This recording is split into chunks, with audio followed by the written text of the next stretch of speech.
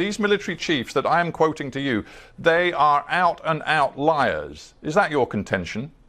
Well, the last army chief has obviously was as the Imran Khan has said many times, was actively involved in sending our government home, and unfortunately this is what the fact is.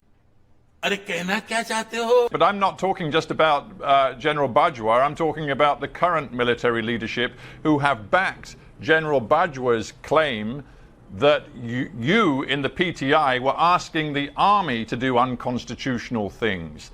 Are you saying that the current military leadership too, as well as General Bajwa, are lying? तो सीधा सीधा नहीं कह सकते थे? Well, the current leadership has just resumed the office, and we are actually hoping that there will be change in the policy. But yes, the previous army chief was not